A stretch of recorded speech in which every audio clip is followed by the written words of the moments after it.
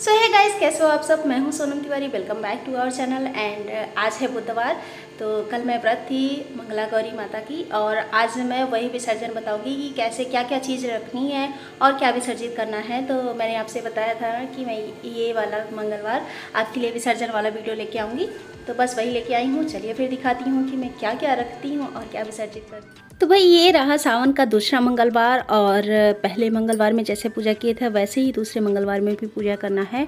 और ये देखिए सारी पूजा की सामग्री मैंने रेडी रख दी है, चौकी भी लगा दी है, और अब बस पूजा करने जा रही हूँ। तो वैसे पूजा का मैं विस्तार में नहीं बताऊँगी क्योंकि आज विसर्जन का वीडियो है, तो सिर्फ विसर्जन ही बताऊँगी।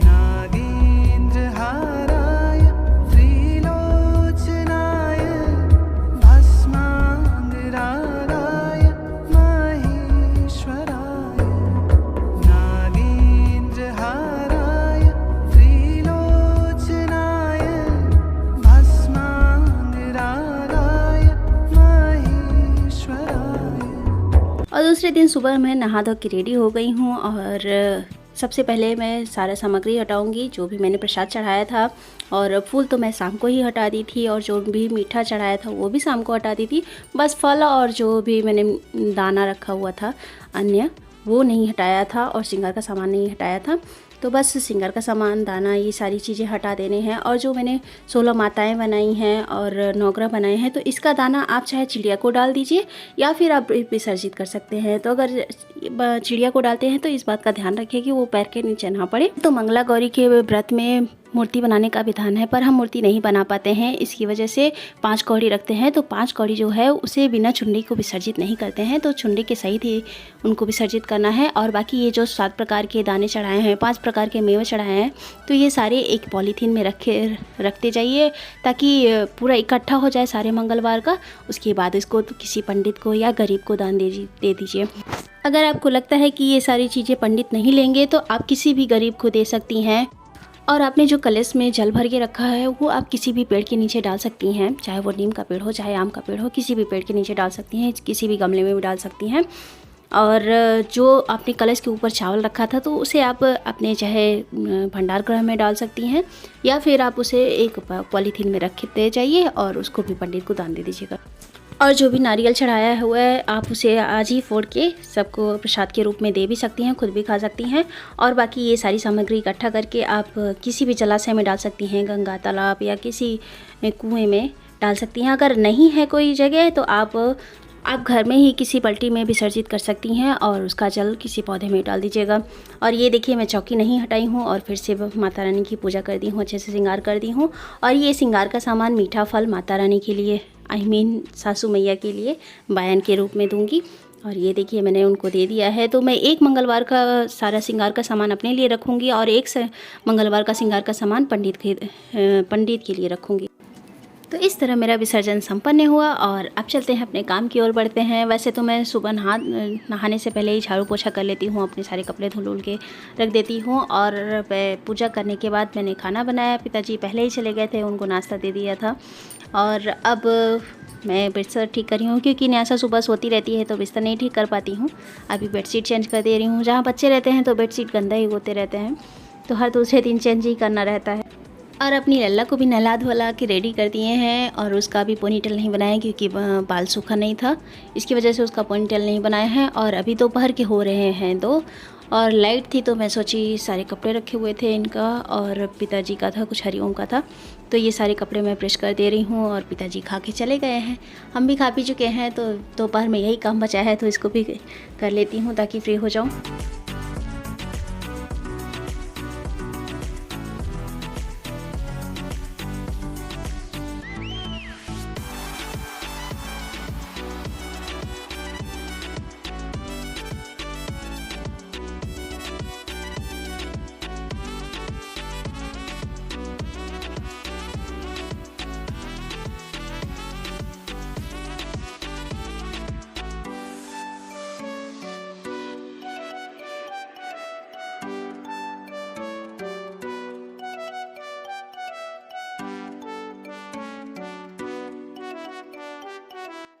सो फाइनली पूरे 1 घंटे मेहनत करने के बाद मैंने ये सारे कपड़े प्रेस कर डाले। और ये देखिए ये सारे मिस्टर जी के कपड़े हैं, क्योंकि शादी में पहने थे तो अभी तक ये धुले नहीं थे। हमने धुल के इसको प्रेस कर दिया। और ये हरी ओम का है और ये सारे पिताजी के हैं। तो अभी मैं काफ़ी ज़्यादा थक गई हूँ और चल रही हूँ, थोड़ी देर आराम करूँगी, उसके बाद फिर लग जाऊँगी अपने शाम के खाने में। तो वैसे तो मैं रोज़ सोच रही थी कि क्या बनाऊँ। हर लेडीज़ का यही प्रॉब्लम होता है कि सुबह क्या बनाए, शाम को क्या बनाए। तो हम कहे कि यार खाना तो डेली बनाते हैं, क्यों ना आज पनगुझवा बनाया जाए। तो हमारे तरफ तो पनगुझवा ही कहते हैं। तो ये देखिए हमने चना का दाल पहले ही भिगो के रखा था और इसे अभी लाइट आई है तो पीस दे रही हूँ। और मैंने चने की दाल के साथ ही लहसुन और मिर्चा भी उसी में पीस लिया था। और अभी आटा लगा ले रही हूँ, तो इसमें आटा थोड़ा टाइट लगता है। और ये देखिए मेरा आटा भी लग के रेडी हो गया। तो मैंने अभी चने की दाल में मैंने कुछ भी नहीं मिलाया है, क्योंकि आटा लग जाता है तो आराम से फिर मिक्स करके तुरंत भर दें, नहीं तो उसमें नमक डालने के बाद वो गीला हो जाता है। और भी वैसे भी मिक्सर का पिसा हुआ गीला ही रहता है। तो एक तरफ मैंने पानी रख दिया है उबलने के लिए, क्योंकि ये पानी में ही बनता है। और जब तक पानी उबलेगा उसमें मैं थोड़ा सा हल्दी और हींग भी डाल दूँगी।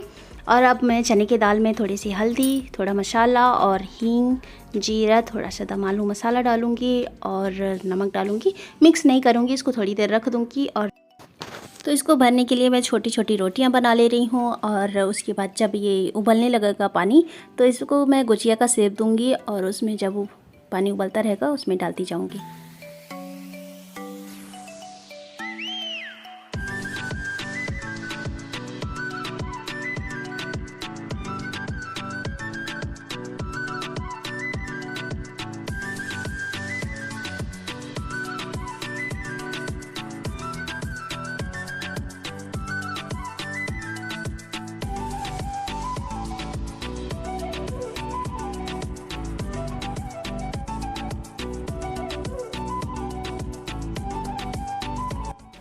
सो फाइनली मेरे सारे पनगुझवा बन के रेडी हो गए हैं। और ये देखिए मैंने कुछ पानी में डाल के रखा है, तो मैं पूरा नहीं इकट्ठे नहीं डाली हूँ, क्योंकि ताकि ये अच्छे से अपना उबले और पक जाए। ये देखिए मैंने पक के रेडी भी हो गया है।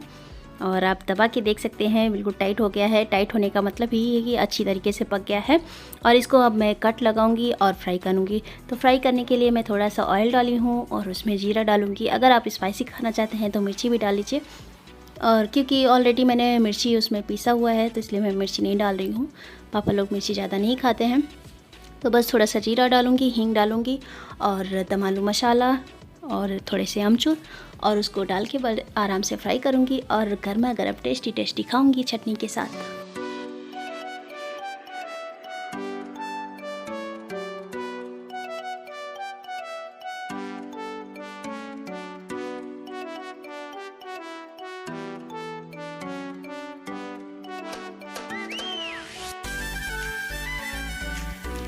तो फ्राई होने के बाद कुछ इस तरह से दिखता है। और ये देखिए गर्मा गर्म टेस्टी पनगुझवा बन के रेडी है। आ जाइए आप लोग भी खाने के लिए। तो चलिए माताजी, पिताजी और हरी को दे देती हूँ, उसके बाद मैं भी खाती हूँ, टेस्ट करती हूँ कि कैसा है।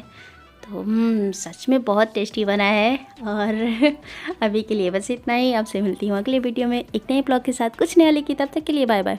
और हाँ, अगर आपको मेरा वीडियो अच्छा लगा ना तो प्लीज़ लाइक कर दीजिएगा। चैनल पे नए हैं तो सब्सक्राइब कर दीजिएगा, बेल आइकन प्रेस कर दीजिएगा। तब तक के लिए बाय बाय।